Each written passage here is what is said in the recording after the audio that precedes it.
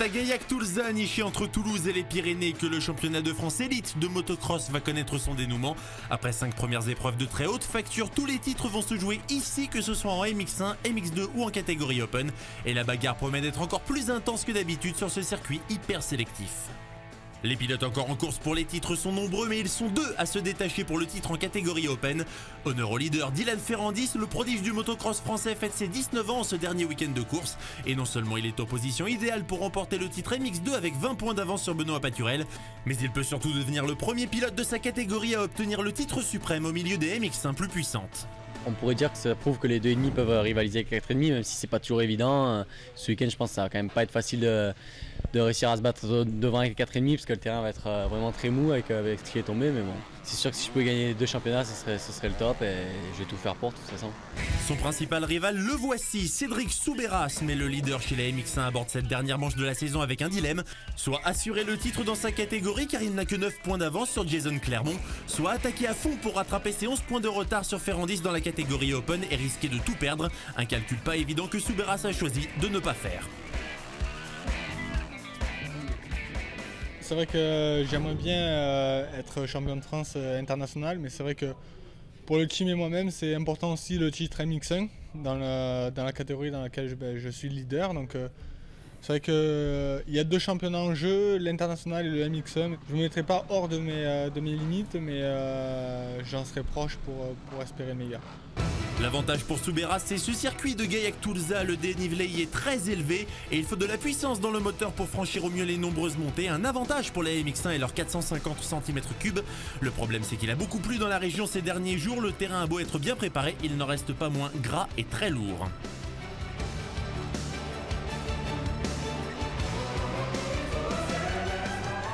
Avec les conditions climatiques qu'on a eues, comme on en a parlé tout à l'heure, la piste va vraiment se défoncer, il va y avoir des belles ornières, mais il va y avoir beaucoup de trous qui vont sécher au fil de la journée et ça va vraiment être éprouvant. Et c'est là où la 250 est un peu plus avantagée parce qu'elle est un peu plus légère en fin de manche, mais il ne faudra pas que les 450 aient pris trop d'avance. Le terrain a bien séché quand même pour le départ de la première course de la journée, celle des MX2. Le départ est lancé et c'est Maxime Després tout à gauche de la piste qui va réaliser le all shot. Derrière lui, Valentin Guillot et Dylan Ferrandis est 3e. Ça se bagarre pas mal derrière pour les accessites. Mais heureusement, il n'y aura pas de chute dans ces premiers virages. Maxime Després qui dispute le championnat du monde et qui est venu pour rouler et se faire plaisir.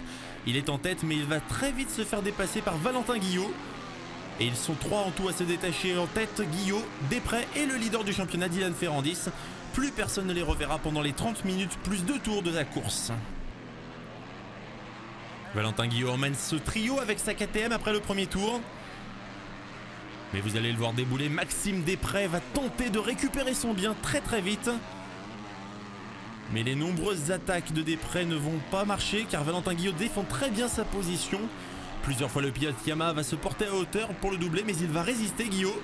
Et du coup Maxime Després se retrouve sur la menace de Dylan Ferrandis. Le leader du championnat a décidé de faire une course d'attente intelligente. Il assure les points dans cette catégorie MX2 et attend l'ouverture pour dépasser Maxime Després. Car le voilà, son dernier rival en MX2, Benoît Paturel, il est loin derrière. Il a raté son départ et il fait ce qu'il peut maintenant, mais les 3 hommes de tête ont creusé un écart trop important. Paturel finira 4e de cette course. Valentin Guillot pendant ce temps-là est toujours en tête. Alors que Dylan Ferrandis va tenter à l'intérieur sur Maxime Després, mais il est un petit peu ralenti par la motte de terre. Et on voit Yves Desmaria à l'instant. Tefli, le triple champion du monde des MX3 qui encourage son jeune poulain Valentin Guillot. Alors que derrière, Dylan Ferrandis a profité des retardataires pour doubler Maxime Després. C'est lui désormais la menace pour le leadership de Valentin Guillot. Et d'ailleurs Ferrandis ne va pas mettre très longtemps à prendre les commandes. Guillot n'a pas pu résister sur ce terrain bien défoncé, encore très lourd à cause des fortes pluies dans la région. Ferrandis, maintenant qu'il est en tête, les autres ne le reverront plus jusqu'à la ligne d'arrivée. Derrière, Maxime Després va assurer la 3e place sur le podium, loin derrière Ferrandis, qui profite de ses derniers tours pour creuser l'écart et va s'imposer au terme d'une course très intelligente devant Valentin Guillot et Maxime Després. Et du coup, avec la 4e place de Benoît Paturel, Dylan Ferrandis s'assure dès maintenant le titre des MX2 avant même la super finale. Et on fait un saut de quelques minutes dans le temps pour le départ de la course des MX1. Et comme chez les MX2, c'est de l'extérieur que l'on parle le mieux, Florent Richier réalise le all shot. Loïc Léonce et son numéro 3 prend la deuxième place. Jason Clermont, le rival de Cédric Soubeyras pour le titre, est troisième. Et vous allez voir dans ce virage, Jason Clermont part à la faute. Il s'embourbe et derrière, il crée un énorme bouchon derrière lui. Beaucoup de pilotes impliqués dans cet accident. Et Jason Clermont, qui, avec son 817, qui a beaucoup de mal à repartir. Florent Richier, lui, est déjà loin des problèmes et a creusé un gros écart. Vous le voyez ici, Loïc Léonce a déjà pas mal de retard dès le début de cette course. Et juste derrière, David Adam et Sébastien Pourcel ne sont pas loin de Loïc Léonce. Cédric Soubeyras est mal parti lui aussi, mais le leader des MX1 commence une remontée fantastique. Il était 15e dès les premiers tours et commence à remonter, il est déjà dans le top 10. Florent Richier est toujours en tête, aucun problème pour lui, mais derrière, vous allez le voir, Loïc Léonce est sous la menace de Sébastien Pourcel. La lutte est intense entre la Yamaha et la KTM de celui qui dispute le championnat du monde. Et Pourcel à l'extérieur qui va finir par passer, superbe pour chipper la deuxième place. Par contre, pour la première, Richier est beaucoup trop loin désormais. Mais au moins, il se détache de Léonce pour la deuxième place. Le numéro 3 qui va devoir se battre pour conserver sa place sur le podium. Et pendant ce temps-là, Cédric Soubeyras poursuit sa remontée, lui qui était 15e est remonté jusqu'à la 5e place. Mais il ne doit pas flancher car derrière, Jason Clermont remonte lui aussi. Il est là à la lutte avec David Adam.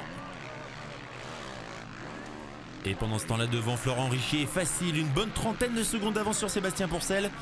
Le pilote KTM va un peu plus vite, mais le retard concédé en début de course avec la grosse chute collective est beaucoup trop important. Loïc Léonce garde sa troisième place, loin, bien loin du leader lui aussi. Florent Richier qui file vers la victoire sur cette piste de Gaillac-Toulza. Et Cédric Soubeyras qui malheureusement pour lui va être freiné dans sa remontée, la faute à cette chute. Et il va perdre beaucoup de temps et surtout beaucoup de place. Soubeyras finira 8e finalement juste devant son rival Jason Clermont. Florent Richier lui n'a connu aucun problème pendant toute la course et s'impose avec une bonne trentaine de secondes d'avance sur Sébastien Pourcel et Loïc Léonce.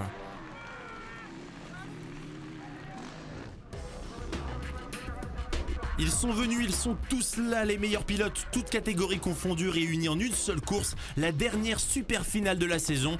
Les 20 premiers de la course MX1 et les 20 meilleurs MX2 réunis pour l'ultime course de l'année. 30 minutes plus 2 tours pour déterminer le champion de France, toutes catégories. Dylan Ferrandis part avec une avance confortable sur Cédric Soubeyras pour le titre de champion. Le départ est donné et comme tout à l'heure, Florent Richier profite de sa position tout à gauche de la piste pour prendre le meilleur envol. Et sa bagarre devant Sébastien Pourcel est un petit peu tassée. C'est Jordan Lacan qui prend la deuxième place derrière Richier. Il est au coude à coude avec Jason Clermont. Cette fois-ci, pas d'erreur car c'est sa dernière chance s'il veut rattraper Cédric Soubeyras dans la catégorie MX1. Ça bouchonne un peu derrière mais pas de gros accidents. Florent Richier pour l'instant réalise un copier-coller de la course précédente, le all shot, et un bel écart creusé dès le départ sur ses poursuivants. Sébastien Pourcel n'est pas loin dans ce groupe avec Dylan Ferrandis 6e pour le moment et surtout premier de sa catégorie. Jordan Lacan a perdu du terrain et du coup la lutte derrière Richier, la voilà, entre Jason Clermont, Fabien Isoire et Sébastien Pourcel. Très vite Isoire va lâcher prise, Richier est donc en tête avec une avance respectable sur Jason Clermont et Sébastien Pourcel. Fabien Isoire justement se fait rattraper par la MX2 de Dylan Ferrandis. Il sait utiliser au mieux sa machine moins puissante que la MX1 sur ce tracé tortueux. Et derrière, Grégory Aranda se fait piéger justement. Contrairement à tout à l'heure, Florent Richier n'a pas creusé d'écart irréversible sur Sébastien Pourcel en tête. Le pilote KTM grignote peu à peu son retard. On est juste après la mi-course et Florent Richier est au ralenti. Coup de théâtre, il va abandonner, parti à la faute juste avant, il avait calé. Sous les yeux d'Olivier Robert, le sélectionneur de l'équipe de France, c'est Sébastien Pourcel qui prend les commandes de cette dernière super finale de la saison, devant Jason Clermont et Dylan Ferrandis. Clermont qui là justement manque de partir à la faute, lui aussi, il se rattrape d'extrême justesse. Devant Sébastien Pourcel est tranquille, il file vers la victoire, mais derrière lui, vous allez le voir, Dylan Ferrandis a profité de l'erreur de Clermont pour le doubler. Il est maintenant deuxième, le champion MX2. Derrière, Cédric Soubeyras est en pleine course contre la montre pour empêcher Clermont de lui ravir le titre en MX1. Pas de suspense dans cette fin de course, Sébastien Pourcel s'impose devant Dylan Ferrandis, Jason Clermont complète le podium, mais il échoue à 4 petits points de Cédric Soubeyras au classement des MX1. Le week-end fut difficile pour le pilote Honda, mais sa 6e place lors de cette super finale lui permet de préserver l'essentiel, son premier titre de champion de France. La pression de perdre la 2e place au championnat ainsi que le titre MX1 était forte, donc j'ai roulé crispé, j'ai eu beaucoup de mal à finir la manche, mais ensuite pour le titre international c'était presque perdu, il fallait que je fasse le week-end parfait et puis j'ai fait trop d'erreurs cette année pour être titré, mais bon, c'est que partie remise. J'espère qu'on pourra remettre ce titre en jeu dès l'année prochaine avec Dylan. Dylan Ferrandis, évidemment le grand gagnant, il fait carton plein, victoire en MX2, numéro 1 de sa catégorie en super finale. Et il gagne tous les titres MX2 et les internationaux de France. Une première historique pour un pilote de 250. On est parfaite, je gagne ma manche en MX2 et je fais 2 de la finale, donc top. Je gagne le MX2, le scratch, c'est trop bien quoi. Et en plus, Ferrandis gagne avec de la marge, 30 points sur Cédric Soubeyras, 34 sur Jason Clermont. Benoît Paturel finit 2e des MX2, 4e du général, mais assez loin derrière le prodige Ferrandis. La question que tout le monde se pose désormais, est-ce que le champion va remettre son titre en jeu l'année prochaine?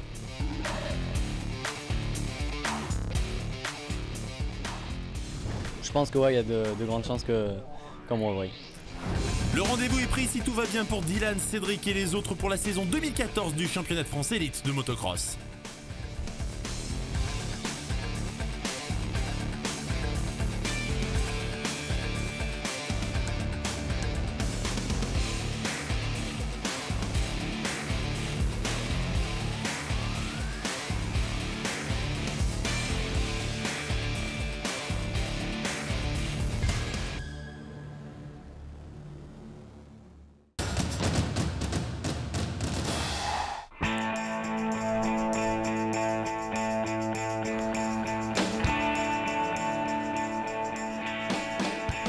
Dans le Pays Basque, comme presque partout ailleurs en France, début juin, il faisait très mauvais. Saint-Palais est sous les eaux quand les teams et pilotes arrivent sur le paddock. Serge Nuc en profite même pour sortir un jet ski. 20 ans que le Pays Basque n'avait pas accueilli une manche du championnat de France et ce n'est pas la pluie qui allait avoir raison de la course. Les spéciales sont modifiées, le programme revu à la baisse, mais ça va rouler. Les caprices de la météo et aujourd'hui quand les hommes doivent lutter contre la nature, c'est pas si simple. Samedi matin, les premiers pilotes s'élancent à 8h30, une première ligne qui a de l'allure. Le champion du monde E2, Pierre-Alexandre René, fraîchement auréolé de sa victoire au trèfle lozérien. Son dauphin, Amande sur la Sherco officielle, Julien Gauthier. Et le 3e, Antoine Basset sur la YAM de l'équipe de France militaire. Pela prend l'avantage dès la première spéciale sur Julien Gauthier, mais ce sera de courte durée. Sur un terrain gras et très collant, le pilote Sherco signe les 3 spéciales qui suivent. Derrière, on se bat pour monter sur le podium entre Nicolas Paganon et Antoine Basset. Devant eux, la bataille fait rage entre l'Usaberg et la Sherco. En prenant les 4 dernières spéciales, Pela repasse en tête et remporte cette première journée devant Gauthier avec 38 secondes d'avance dans des conditions dantesques.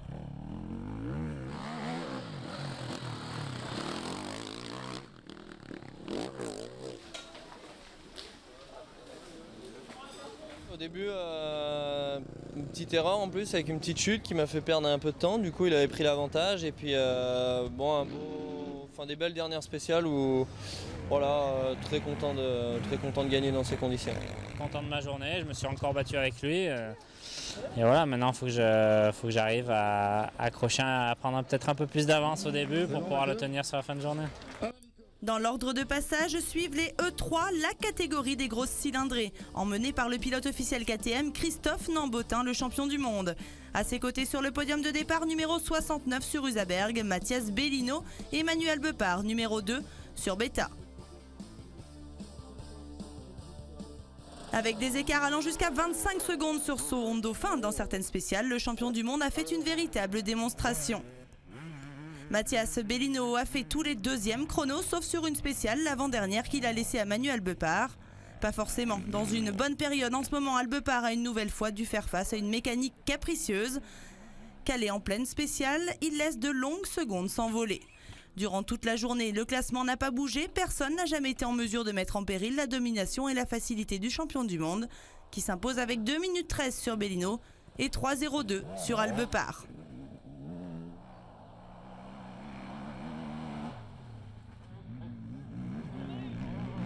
J'ai pris beaucoup de plaisir, donc ça m'a aidé vraiment à jouer avec la moto, même dans ces conditions-là, et ça a permis de donner des bons chronos.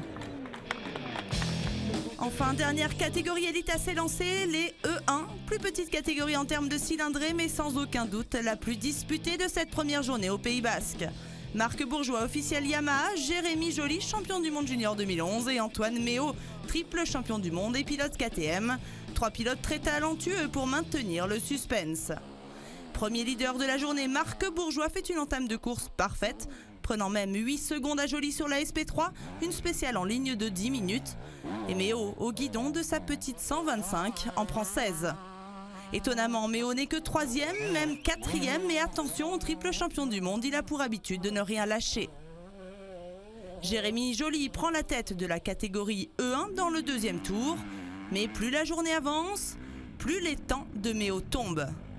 Avant la dernière spéciale, pourtant, Joly compte une avance confortable de 19 secondes sur le pilote KTM qui n'est toujours que 3e. Une avance qui ne laisse plus tellement de doute sur l'issue de la journée, d'autant que Marc Bourgeois, 2e, est bien décidé lui aussi à donner du fil à retordre à Antoine Méo. Mais on n'achève pas comme ça un champion du monde, Méo sort le grand jeu dans la dernière spéciale et vient mettre fin aux espoirs de victoire de Joly. Il s'impose avec une petite seconde d'avance. Il y avait un coup à jouer dans la dernière spéciale et j'ai essayé d'en profiter pour essayer de récupérer, sachant que le tour d'avant j'étais tombé, j'ai fait le même temps qu'eux, donc j'en ai mis un peu plus et j'ai réussi à grappiller les 20 secondes qui me manquaient pour gagner la journée, donc ouais, c'est un attentat et j'en ai profité, donc tant mieux. Quand j'ai vu son temps et mon temps, j'ai compris qu'il avait sorti vraiment le très très grand jeu pour venir me chercher. Donc quand un pilote de ce calibre-là sort vraiment tout ce qu'il a pour venir chercher, c'est plutôt gratifiant. C'est sûr que petite déception parce que la victoire, ça aurait vraiment fait plaisir. Mais là, honnêtement, il a joué en patron et je ne pouvais pas faire beaucoup mieux déjà. J'étais devant lui toute la journée. J'ai géré toute la journée, je ne pouvais pas faire beaucoup mieux. On va essayer demain peut-être. Avec les victoires de Nambotin et Méo, KTM a fait le plein de points pour s'imposer au classement constructeur. La couleur orange continue de briller sur l'enduro. KTM ce soir, merci. Et les mécanos, on vous salue pour le boulot que vous faites dans l'ombre. Il ne faut pas les oublier, ces mécanos, ils font un boulot phénoménal. Avant de repartir avec les élites sur la seconde journée, zoom sur la catégorie des jeunes. Les plaques bleues, ce sont les juniors. Parmi eux, le crossman Loïc Larieux, pensionnaire de chez Usaberg, et les membres de l'équipe de France militaire, Kevin Romer ou encore Jérémy Miroir, sont à surveiller. La première journée est assez mouvementée avec des petits écarts entre les protagonistes. Kevin Romer est leader dans les premières spéciales, mais son avance est minime et il doit laisser Loïc Larieux prendre les commandes de la catégorie dans le deuxième tour. Pour la troisième marche du podium, ça joue entre Jérémy Miroir sur la YAM de l'équipe de France Armée de Terre, Julien Coton ou encore Kevin Barr. C'est dans la dernière longue spéciale en ligne qui clôture la journée que le classement est scellé, malgré un 17e temps et un 45 secondes de retard suite à une chute dans la SP2 du troisième tour. Loïc Larieux est allé puiser la force nécessaire pour s'imposer dans la dernière spéciale. Kevin Romer n'a rien pu faire pour aller contrer le pilote Usaberg, Jérémy Miroir est troisième. Le lendemain, moins de suspense, Larieux a roulé plus sereinement, lui qui continue son apprentissage en enduro. Avec un sans faute, 7 meilleurs temps sur cette spéciale, il n'a laissé à Kevin Romer que la seconde place qu'il a occupée toute la journée. Pour la troisième place, ça a été un peu plus discuté entre Sylvain Fournier du motoclub Brioude et Guillaume Gagnou du MC Saint-Gelais. C'est finalement le numéro 4 qui aura le privilège de monter sur le podium, une récompense bien méritée après un hiver compliqué, fait de blessures et autres ennuis, une troisième place encourageante. L'ex-crossman Loïc Larieux a continué son apprentissage en enduro avec succès dans des conditions extrêmes et pour l'instant ça lui plaît toujours, même s'il lui arrive de penser au motocross, sa première discipline. C'est vrai que c'est rude quand même dans la journée, on se pose des questions à force de galérer. Mais bon, après quand le résultat vient, c'est sympa. Et puis bon, de toute façon, tout le monde est à la même enseigne, là, tout le monde galère toute la journée. Et encore, le travail a été rendu plus facilement par les bénévoles et tout ça. Ils nous ont quand même fait des belles spéciales malgré le temps, donc c'était plutôt cool. Hier, je perds quasiment 1 minute dans une spéciale en chutant. Bon, pas lourdement, mais dans une montée, il fallait repartir à l'envers et tout, ça n'a pas été simple. Donc du coup, ça s'est fini chaudement avec Kevin, une belle bagarre. Et aujourd'hui, j'ai un peu plus assuré, j'ai peut-être moins voulu attaquer parce que c'était quand même assez piégeux. Et donc je crois que je gagne toutes les spéciales en junior et de temps en temps j'ai fait quand même quelques bons chronos au scratch, donc c'est une bonne journée. Au classement junior après Saint-Palais, Larieux est en tête avec déjà 21 points d'avance sur Romer et 39 sur Miroir. Retour aux catégories élites avec les E2. Godgot, Pela, Basset sont prêts à repartir pour un bain de boue dans les jolis paysages basques. D'ailleurs, pour cette seconde journée, pas de pluie mais pas de soleil non plus. Le terrain qui sèche et creuse n'est pas forcément un avantage pour Julien Gauthier, mais comme souvent, le pilote du team Pulsion Sherco est plutôt matinal. Il s'impose devant Pela sur la SP1, mais cette fois la riposte du pilote Usaberg arrive rapidement. Pierre-Alexandre René prend tous les autres chronos de la journée et se permet même de remporter la SP6 avec 18 secondes d'avance sur Gauthier. Et malgré beaucoup d'efforts, Godgot restera deuxième.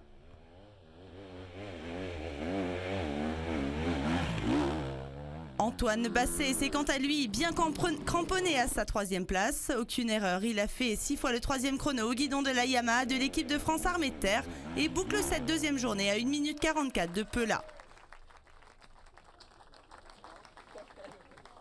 Un week-end très dur quand même, des conditions vraiment difficiles, beaucoup de boue. Mais bon, pas d'endroit où ça bloquait spécialement, donc voilà, une course à la régulière.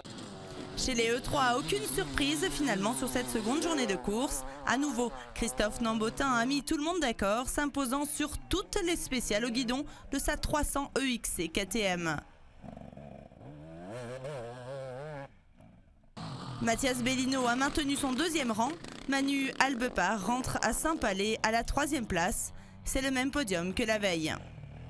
Au classement du championnat, Nambotin mène avec 16 points d'avance sur Bellino et Albepar, qui sont à égalité de points. Enfin, chez les élites 1, les pilotes sont moins chauds que la veille. Et surtout, Antoine Méo ne va pas retenter le diable une 2e fois. Même si, comme sur la première journée, il n'est pas devant d'entrée de jeu. C'est Jérémy Joly au guidon de son Honda qui prend l'avantage devant le pilote Yamaha, Marc Bourgeois. Dès la SP2, Antoine Méo reprend la place qui est la sienne, en tête, et il ne lâchera plus qu'une seule spéciale dans la journée, la 4e qui sera remportée cette fois par Marc Bourgeois. Et au guidon de sa petite 125 de temps, Méo signe même le 2e chrono scratch derrière son coéquipier de chez KTM. Dans ces conditions, Nambot il est intouchable, il a une très bonne moto et il sait bien s'en servir. Donc faire 2 au scratch derrière lui devant Pela, c'est un bon entraînement et ça nous met de bon augure pour la Roumanie. Au classement, après 4 manches, Méo mène avec 14 points d'avance sur Joly et 20 sur Bourgeois. Le championnat de France d'Enduromoto fait une pause. Prochaine manche, ce sera fin août dans le Doubs à Sensey-le-Grand.